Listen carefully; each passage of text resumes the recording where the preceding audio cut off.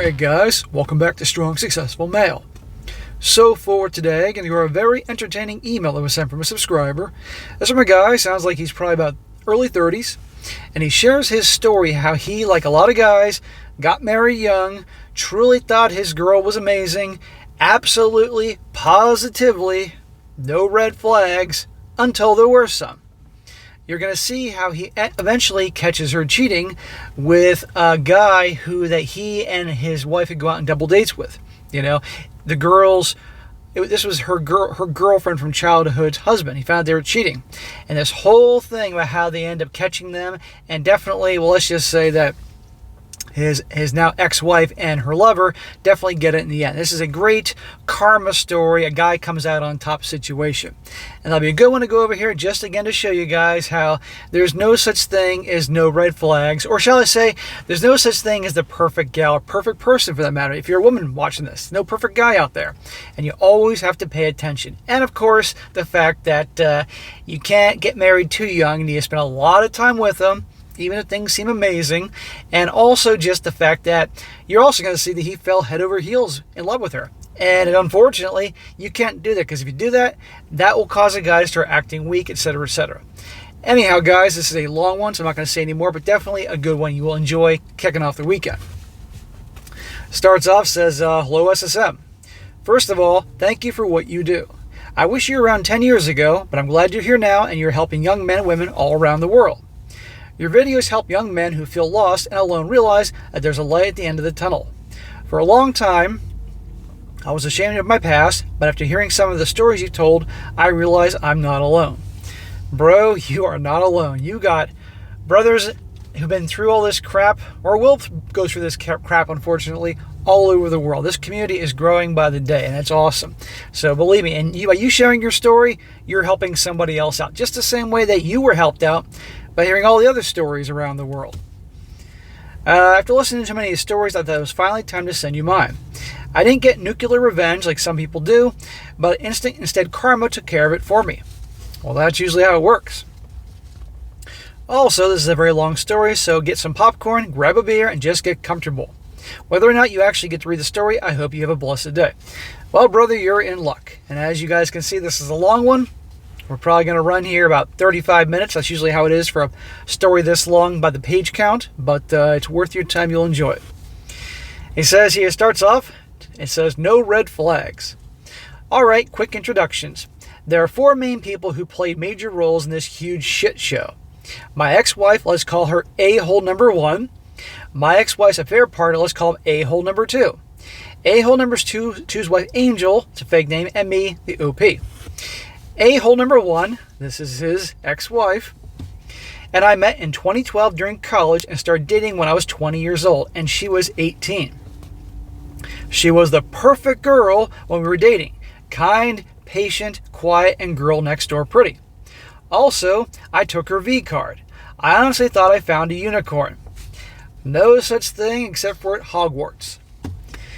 Even though I had gotten R-pilled hard in high school, I still fell hopelessly in love with this girl, and we ended up getting married 4 years later. Smack! There, you were not R-pilled hard in school, because you wouldn't have fallen hopelessly in love with a girl. No true RP guy will ever fall hopelessly in love with any woman. They know better. They know they're out. They may really like her. They have the knowledge, and they can go into that relationship with that knowledge, know what to look out for, know to check her out. But there's no way they're going to fall hopelessly in love. Because what happens to guys that fall hopelessly in love? You're about to see. And also the smack for getting married 24 years old, and she was 22.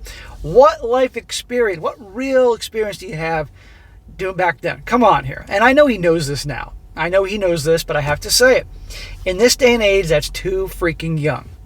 The time of our grandparents and parents, okay, that's different, and you know why for that. He says, again, I was R-pilled hard in high school. Dude, you were on your way, but no. And so even though I loved her, I never got complacent, always looked out for any red flags, but she didn't show me any. Since we first started dating, I knew the password to her phone, and she never changed it once throughout our relationship. She was always down for bedroom fun and never said no to anything I wanted to try with her. Well, that's good. She didn't need to be impressed with money. We had countless dates where we would get some fast food, sit in the car with a scenic view, and just talk about life. Truly, she had absolutely no red flags, and every day I felt lucky that I met her. This bliss lasted for 5 years. But then we started going the downward spiral. Okay, so probably this started when she was about 25 and you were 27. Okay. For the 5th and final year of our marriage, my wife and I started double dating with my wife's childhood friend Angel and her husband A-hole number 2. A-hole number 2 seemed like a pretty solid regular guy at first. We both liked basketball, liked listening to old school rap, we liked classic video games, and basically we had enough in common that it was easy for us to become decent friends. And so we started hanging out with a lot of them a lot more. Dinners, movies, mini golfing, karaoke, bowling, even a couple of vacations. And again, there were still no red flags. A-hole number 2 seemed in love with his wife, and I could never feel any sort of suspicion toward him. Well, I gotta wonder, bro, even though you said you had a lot of knowledge of RP type of stuff back then before people started talking about it, was the fact that you were so deeply in love with your wife that made you clouded your judgment, that gave you the rose-colored or rose-tinted glasses? You had the you were turning a blind eye and a deaf ear, whether you realized that or not. Things slipped and you didn't even realize because you saw her in such a way. I mean, it's a fair question, and it's possible. He says, anyway, a few months later, while I was working from home, I got a call from a number I didn't recognize. I picked it up and I was surprised when I heard her voice. It was Angel. She sounded strange, not the bubbly, carefree woman she normally was. She was sullen, quiet, and anxious. She asked me where I was, and I told her I was working at home in my office. She then asked me if I knew where my wife was. I felt my stomach twist into a painful knot. I looked at the clock. It was 1:30 p.m. That meant my wife should be at work. I told Angel that, and she responded with a brutal silence. After a moment, she asked me if I could meet with her in person. Now, normally, I would have rejected this proposal since it became a rule of mine to never be alone with a woman other than my wife, but my gut told me that I had to break that rule. I agreed to meet with her at a cozy public cafe. So I agree with that rule. Don't be with alone any woman if it isn't your wife, especially if you're married. I arrive and she's already there. She's a mess. She's wearing sweatpants, a hoodie, has messy hair, and no makeup. Her eyes are puffy. Either it's spring allergies or she's been crying. Every step toward her I take, I start to get a worse and worse feeling. Finally, I make it to the table and take a seat across from her. There's another moment of awkward silence between us. I ask her what's going on. She bites her lip, and then after a moment of silent consideration, she pulls out her phone. She unlocks it, taps on something, and then puts her phone on the table. She slides it over to me. At this point, my heart is beating like crazy. I felt like I was going to die. I picked up the phone. It was a screenshot of text conversations with a contact called Little Brother. I read the conversations, and it just seems like two lovers setting up a rendezvous. I swipe to go to the next picture, and that's when I see the thing that brought my entire world crashing down around me. There was a nude picture of my wife posing in full body mirror in our bedroom. I look at the top of the screen and see that it's just about 2 out of 70 screenshots. 70 pictures, and obviously they're your wife, probably in different positions and doing certain things. I start swiping through all the photos, and I see are more lewd text and more lewd photos of my wife. I start looking at the dates, and they're from 5 months ago, 1 month after we started double dating. I grip the phone so hard that I crack the screen protector. I look back at Angel, who just responds with a sad, hopeless look. I just ask her, who? She looks away from me. Who? I say loudly this time. She's quiet for a moment before she finally tells me. Gee, who do you think it is? A-hole number 2, she replies. My eyes widen. Somehow that's the last name I was expecting her to say. My wife was cheating on me with her childhood friend's husband. I just couldn't believe it. I can. And we all can. I mean, I'm sorry, bro, but you know what I mean. This can't be real. This must be some kind of cruel joke, right, Angel? Please tell me you're joking.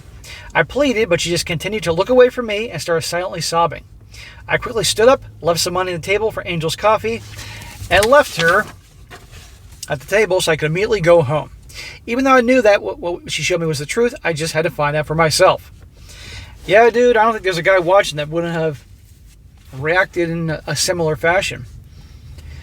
I got home and saw my wife's car in the driveway. I looked at the clock in my car. It's 3:30 p.m., so she just got off work and came home like usual. I felt like I got punched in the gut by Mike Tyson in his prime when I saw her car. I realized I wasn't mentally ready to face her yet. Randomly, I remembered the moment that I got R-pilled in high school, a sophomore year. I was simping for a girl really hard, buying her expensive gifts with my tuition money, letting her talk to other guys. Yeah, it was bad. And then she ended up humiliating me in front of the entire school by telling everyone she was just using me for convenience. Yeah, that will definitely put a guy on the RP journey. I became a complete outcast and laughingstock after that. I was pissed at her at first, but then I realized everything was my fault. I kept on giving approval and love to a girl who never once reciprocated back to me. I put her on a pedestal and let her walk all over me. I decided to make a change in my life. I started lifting weights in my school gym, got in pretty good shape, joined the varsity football team, offensive lineman, and completely flipped my reputation in school. Well, good for you. You at a young age realized I gotta change some shit. I'm making mistakes here. Don't get me wrong, she's an a-hole, but you learned. I was tall and athletic now. And also there were some girls who actually liked me, and I realized the difference between when you like a girl and a girl likes you. When a girl likes you, you barely have to try because she'll make it easy for you. Yes, that's 100% the truth. You have to do shit. From then on, I decided to never chase a woman and only deal with women who actually liked me. There you go. Go for the ones that show you high interest. Why wouldn't you want to spend your time with a chick if that's what you do, if she doesn't make it clearly that she's into you? Why have to work at it so hard? The guys that work at it so hard don't get anywhere. Suddenly I thought about my wife once again. Thinking about my past gave me enough courage to steal myself and go into my house. I walked in and everything is quiet except the shower in our bedroom. Uh-oh. I quietly climb the stairs to sneak into our bedroom. I then sneak into our bathroom and greet my wife. I act like I'm there to shave, but instead I secretly grab her phone. She asks me if I want to join her in the shower, and any other day I would have happily jumped in with her, but this time I made an excuse and rejected her, but told her I'd make it up to her tonight so she didn't get suspicious. Well, he's going to make it up to her all right, but not in the way she thinks. I put the password into her phone and it unlocks as usual. This gave me a pathetic sliver of hope.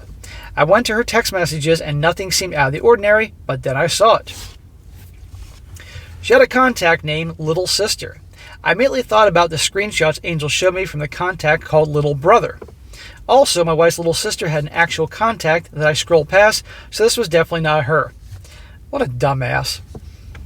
I tap on the text conversation and there it is. The same conversations Angel showed me, just from the other side. I started sending myself as many screenshots as I could, and then excuse me. And then I covered up the tracks. I deleted the screenshots on my wife's phone, deleted the text I sent myself, and left everything as I found it. I leave the washroom, grab a gym bag, and start throwing clothes in there. Then I leave the house. Very good, dude. You didn't fly off the handle. You kept your cool, gathered the evidence. That's what you gotta do. I texted my wife that my mom was sick, and I was gonna go stay with her for a couple days. She called me and asked why I didn't ask her to come since she likes spending time with my mom. I made up some excuse, but I told her I'd make it up to her when I got back. She purred at me, told me she loved me and to drive safe. About 5 minutes later, she sent me a text that almost made me crash my car. She sent me a nude selfie of her in our bed and said, "This is how I'll be waiting for you when you come back." Are you sure she didn't mean to send it to the other guy? I pulled over to the side of the road and started scrolling through the screenshots before I found it. The exact same nude she sent to me, she sent to a-hole number 2 3 months ago. He responded with nice. I honestly thought about driving off a bridge right then and there. About an hour of writing offing myself notes to my mother and my siblings, the R-pilled demon inside me woke up. I slapped myself, deleted everything I was writing, and instead I called Angel. Yeah, she is going to be your confidant. You two can help each other through this betrayal and through this thing. And let me tell you, gentlemen, they help each other all right. Spoiler. I went back to the cafe and found Angel still sitting there in the exact same table. I walked up to her and sat down across from her. She still refused to look at me. At first I thought she was upset with me, but then I realized she was embarrassed, and that's why she didn't want to look me in the eye. I decided to break the ice between us. I opened my phone, opened my photos, and slid my phone across the table to her. She read the contact name out loud. Little sister? And she immediately understood. She finally looked up at me. You're right. She's cheating on me. They're cheating on us. I say to her bluntly. I watch her eyes regain a bit of shine. It seems like she's regained some hope since she's no longer facing this alone. She says, so what are you going to do? And she finally asks me quietly, and I take a moment to think about this. He says, I have to be honest with you, SSM. Deep down in my heart, a part of me wanted to just forget about this and just go back to her. Dude, a lot of guys say that in varying ways. They just, they don't want to believe it or go through what the hell that's going to, or is there maybe I was mistaken, or I don't know, or is this my fault or something? And then they come to their senses and realize, oh no, this woman is a Jezebel, she is a fucking devil, and I cannot be with her for one moment longer. The simp in me was saying she still treats you like a king. She's beautiful and the love of your life. Why throw that away? Why throw this away? You know why not to throw this, why you throw this away. I think Angel could tell what I was thinking, and she pulled up her phone and went to a specific screenshot. She told me to read it, and this is what it read. Here we go. His wife says, guess what? And he says, what is it? I'm trying for a baby with the OP. And he's a-hole number 2 says, no way. She says, really? OP has a huge head. Start on, by the way. He says, LOL, guess that means I don't need to wear jackets anymore, huh? She says, LOL, yep, no more jackets. I'm going to take half a day off tomorrow. Are you free? He says, same place. And she says, let the games begin. Oh my God. As I read this, my offing myself thoughts came back to me. There was no room left for any doubt. The woman who I loved and dedicated my life to wasn't real. She was a sham. I was so ashamed. I absolutely hated myself and was so full of internal rage, but suddenly Angel gently grabbed my shaking hands. She was comforting me. At that moment I realized, and I calmed down enough to realize I had reached a crossroads. Either I go back to my wife and forfeit my manhood, or I grab my nuts, remind myself I'm a man, and take care of business. And that's what our guy does here. And that's what all guys have to. Look, anybody who goes through this shit, has been cheated on, or full-blown affairs, or all the awful stuff you hear, it's okay to feel emotional and hurt and sad and all that. And then you got to pull it together and formulate a plan. And that plan ain't going back to that piece of crap. You got to find who's on your side and take comfort in them, and somebody who's on your team, and make a plan and execute it. You can't be with someone like this. It's better to be alone than with someone like this. I call myself and hand Angel back her phone. I then pick up my phone and call my brother, who is a lawyer. It's always good to have an attorney in the family, an attorney you have a good relationship with, and a doctor. He wasn't a divorce attorney, but I just needed some advice. He put me in contact with someone who could get the job done, and he put in a good word for me. I brought Angel with me to his offices, and he agreed to represent both of us separately. Thanks to my brother, he also gave me a really good deal for his services. I covered Angel's half. Within one full day, we had our divorce papers done. That quickly? Is that common, or was he really trying to help you out, or he had a very slow day at the office? Luckily, I live in an at-fault state. Aha! And since I had proof of adultery, not only would I not owe her anything, I might even be able to get alimony from her. Sweet. Some severance for all these years with her. Also, our house was passed down to me from my dad, so her name wasn't on the deed. Dude, it's getting better and better. Also, we don't have any kids. More to this later, so this was a slam dunk for my attorney. So it took about a day for our lawyer to drop the divorce papers. For the time being, Angel and I were staying at a hotel together. Separate rooms, of course. So we could easily meet up and strategize. On her side, she also had no kids, but since she didn't work, she was likely going to get a nice settlement from a-hole number 2. Our lawyer asked us if we wanted to serve the two of them right away. I said yes, but Angel told me to wait. She had a different idea. Just for that night, we had to sleep in the same room. I gave her the bed and I took the couch. The next morning, I get a call from my wife. She asked me when I'm coming home since it's been about 2 days since I left. This is the moment that Angel and I start our plans. I tell my wife that I was on my way back and I was going to catch a game with a-hole number 2 and not wait up since we would probably be going out for drinks afterwards. Obviously, this is BS. My wife sounded surprised and stuttered something out before I hung up on her. I bet she did. Angel and I give it about 30 minutes, and sure enough, both the a-holes start blowing up our phones. I obviously ignore my phone, and eventually I just turn it off.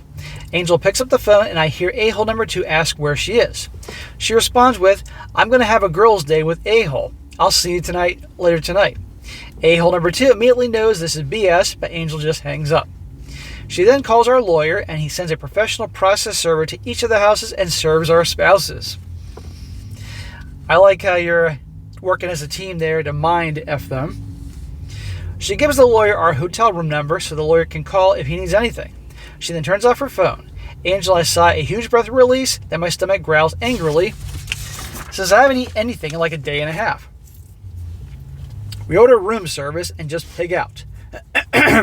After that, we start drinking from the minibar and talking shit about the 2 a-holes. So they're pissed, they're hurt, and they're now drinking. Gee, where is this going? Apparently, a month after we started double dating, a-hole number 2 stopped being intimate with Angel. She tried really hard to initiate intimacy with a-hole number 2, but he just wasn't interested in her. She became very self-conscious and started starving herself since she thought that she was getting fat and unattractive. This was the first time in months that she actually ate till she was full. Hearing this made me really mad. A-hole number 2 had a beautiful wife at home who only wanted him, but instead he tossed her aside to be with my wife instead. Since I was kind of drunk and I was mad, I said something I didn't think I'd ever say otherwise. He says, a-hole number 2 is a dumbass. If I was married to a woman like you, we'd be doing it like rabbits. What an idiot. I took another drink. I guess this flipped a switch for Angel because then she jumped my bones. Yeah, G never saw that coming. 1, she's probably attracted to you anyway. 2, she's drunk. And 3, oh, she wants to punish her soon-to-be ex. Okay. Of course, wear protection. At first, I was reluctant, but then I realized I wanted her too. We had very satisfying bedroom fun. It felt wrong, but also very right. Hey, both parties have been served, and what she did to you and what he did to her. Yes, it could complicate things, but nobody can blame this guy or her. At around 10 p.m., we were both showered and sobered up a little bit. We turned our phones back on. My phone literally starts freezing up from all the notifications of missed calls and texts. Oh gee, from who? I started clearing away all the notifications when I saw a few from my mom. Unfortunately, I forgot to fill her in. I let Angel know I need to talk to my mom and go to the washroom. Washroom? Must be from... Is he from Britain? I call my mom. No, I guess not, because he didn't say mum. I'll call my mom, and she picks up almost right away. I guess she was worried I hurt myself. I asked her what she knew. She told me my wife called her and told her I was missing, and I sent her divorce papers. My mother knew how much I love my wife, and so she questioned why I would divorce her. Well, you're about to find out, Mom. My wife was forced to admit that she betrayed me. My mom cursed her out and told her to never speak to her or any of us again. Good. Sometimes these mothers go along with the freaking wife and say, just forgive her, or I'm glad your mom stood by you. She then started blowing up my phone, worried I was going to hurt myself. I apologized for making her worry and told her I was completely safe and nowhere near hurting myself. I gave her the hotel room so she could call again if she needed something. I also told her that I would come visit her soon. She told me she loved me so much, and we hung up. I turned on the shower and cried. Hearing my mom's voice turned me back to being a big baby. I stepped into the shower and quickly rinsed myself off once again. I then rejoined Angel in bed. We just held each other quietly and fell asleep.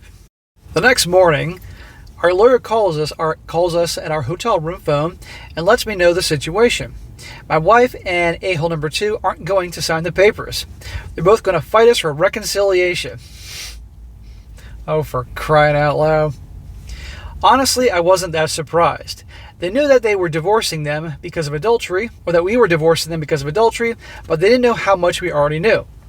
I turned my phone back on and started sending a-hole screenshots of her conversation with a-hole number 2. Eventually, she ends up calling me. I tell Angel I'm going to take the call. She nods and opens her phone and starts recording. I answer the call. The first thing my wife does is start screaming my name like a squealing pig. Screaming your name. She's cheating on you all this time in the pictures and the texts and all that. And she's screaming your name like you're the bad guy in this. Yeah, okay. Her voice honestly disgusted me. I told her calm down and speak clearly or I would hang up and block her again. She takes some deep breaths before she asks where I am while barely keeping it together. I can't lie. I was expecting her to be mad, not this contrite. If not for Angel, I might have cracked. I told her not to worry where I was and that she needed to sign the papers. She begged me to work it out with her. I told her that I've read everything. Let the games begin, right? That's what they said when, like, he looked back at their texting history and all that and they were going to hook up. I asked her, that was like their mating call or something. Hearing me say that to her just made her sob even louder. Oh, poor baby.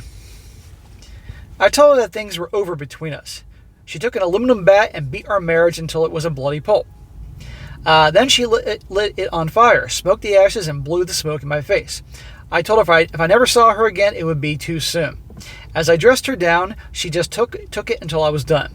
I'm honestly surprised she didn't just hang up the phone. I understand why she didn't hang up because the next word she said, "Baby, I'm pregnant." What amazing timing. Here she is pregnant. My heart sank into my stomach. Angel was also caught off guard by this. As much as I hate to admit it, if she really was pregnant, there was a chance that was my baby. I still want to divorce her, so we end up going to court. Unfortunately, a-hole number 2 hired both of them very good lawyers, and they were able to get the judge to order that we were simply separate until the child is born. Good freaking Lord, you gotta drag this thing out because of that. The case would be revisited after that. Angel and her husband's situation was way different, however. When our lawyer presented all the proof he had, it didn't matter what his lawyer tried. The judge wasn't going for it. He ordered a-hole number 2, Angel's husband, to pay $2,500 a month to Angel for 12 years, plus she got the house.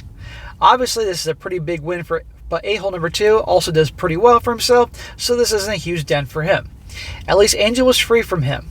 Don't worry, more karma comes for him. The entire time me and my wife are separated, she tries reconciling with me. Of course, she's about to have a kid. And let's just say it's a-hole number 2's kid. You think he's going to be, you think Cherry Tyrone, even though this is a Cherry Tyrone who makes money, is going to be a good father? I think not. I should have blocked her, but she was possibly the mother of my child, so I decided I wouldn't block her, but I wouldn't respond to her either, no matter what. For weeks, she would keep asking me about baby names, asking whether I want a boy or a girl, whether they would say mama or dad at first, that kind of thing. This pissed me off so much because she knew what kind of effect this would have on me. Yeah, she's acting like nothing happened. I always did see her as the mother of my future children, so seeing those words popping up on my phone with each little stabs through my heart. I turn off my phone and go to Angel's place. He says, we're not dating at this time. It's more like we're just supporting each other. When my wife finds out about this, her claws start coming out. She starts calling me a deadbeat, a womanizer, and get this, a cheater. She's calling me a cheater. I couldn't do anything but laugh at the absurdity. Yeah, you're separated. You ain't getting back together, kid or not. And he can now do what he wants, especially after what you've been doing to him. Now remember that she and Angel were girlfriends from back in the day. This is what she does to her husband and her so-called friend. Eventually my wife gives birth, and guess what? I'm not the father. Thank the fucking Lord. I guess a-hole number 2 won the games. When my wife saw the DNA test and the part where it says, alleged father, my name, 0.00%, I think it finally sunk in for her. I don't really know what she expected. I guess she thought she was going to get away with this somehow. We didn't need to go back to court. My wife painlessly signed the papers. And that will probably be a day that will live in infamy, and you'll remember forever that day. Shortly afterwards, Angel and I started dating officially. Gee, we never saw that coming. We both agreed on no marriage, and we both understood that we may possibly just be trauma bonding. And if we lost feelings for each other, we would break up, no hard feelings. Good, no marriage. You can have a great thing going with this chick, and you don't need to get married. There's no way to no quicker and easier way to ruin a good relationship than getting married. After hearing about this, my wife and a-hole number 2 end up marrying each other and raising their baby together. The two of them live happily ever after. And he says, psych. Just a joke. Obviously, things ended for them the way it started for them. A-hole number 2 cheated on her, but in the worst possible way. Of course he cheated on her. That's how Chad and Tyrone roll. A-hole number 2 is a successful salesman for a premier electronics company. Thought it was a good idea to seduce his superior's wife. His superior caught them back together and kicked the shit out of him. Then he fired him and had him blacklisted. Then he informed my wife, who was pregnant with a-hole number 2's second child. Jesus, I forgot about that. Obviously, I read this. Second child. My wife wants to leave him, but doesn't know how she'll support her kids without him. How do I know all this? Because my ex is so shameless that she doesn't mind venting to Angel and I, the exact two people who she stabbed in the back. She thinks we'll feel pity for her instead of thinking that she's exactly where she's supposed to be. Good God. This is hilarious. He got his ass kicked and then lost his job, high-paying job, but still has to, I'm assuming still regardless, has to pay Angel $2,500 a month. And 2 kids, and oh man. Eventually, after my ex realized she wasn't going to get pity from us, she tried one last thing. She tried to seduce me. She told me how much of a better lover I was than a-hole number 2. Whether that was true or not, I found it revolting that she, the woman who was once supposed to be the mother of my kids, was comparing us like that. She tried to make it a thing where I could sleep with her and steal her back from a-hole number 2. Yeah, like she's some kind of big prize. This obviously disgusted me. I simply asked her, what's the point of stealing something that's worthless to me? That doesn't make a whole lot of sense, does it? She said, I'm worthless to you? And he says, yes. The only reason I'm talking to you now is because it's fun to hear about how terrible your life has become. That's all you're good for. She finally got the picture. She hung up, and I've never heard from her again. Yeah, we'll see. Says, 5 years later, my life is great. Thanks to frugal living and good investing, I'm set to retire by mid-40s, and that's only if I want to. I'm probably going to work into my 50s, though. Angel and I are still together, and we have 2 kids. A boy who's 4 years old and a girl, too. Congratulations, bro. I wish you and Angel all the happiness, and notice he didn't say he's married. Congratulations on your family.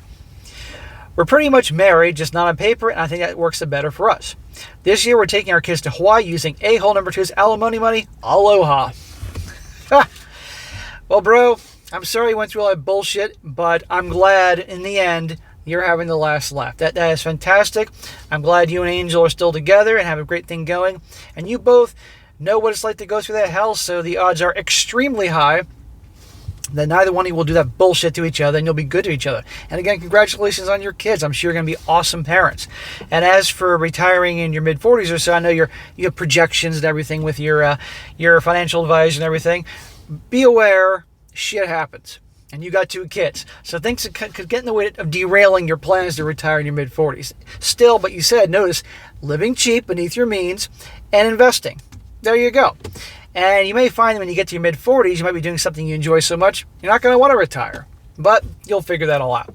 So guys, great story here. I thought you would definitely enjoy. This is a great way to kick off the weekend here. I love a story when a guy struggles and goes through hell, even though we don't want him to go through hell, picks himself up and turns his life around, and the dickheads that do him wrong get it in the end. That's awesome. That's hilarious. You guys deserve a good life, and I wish you all the best. So great job.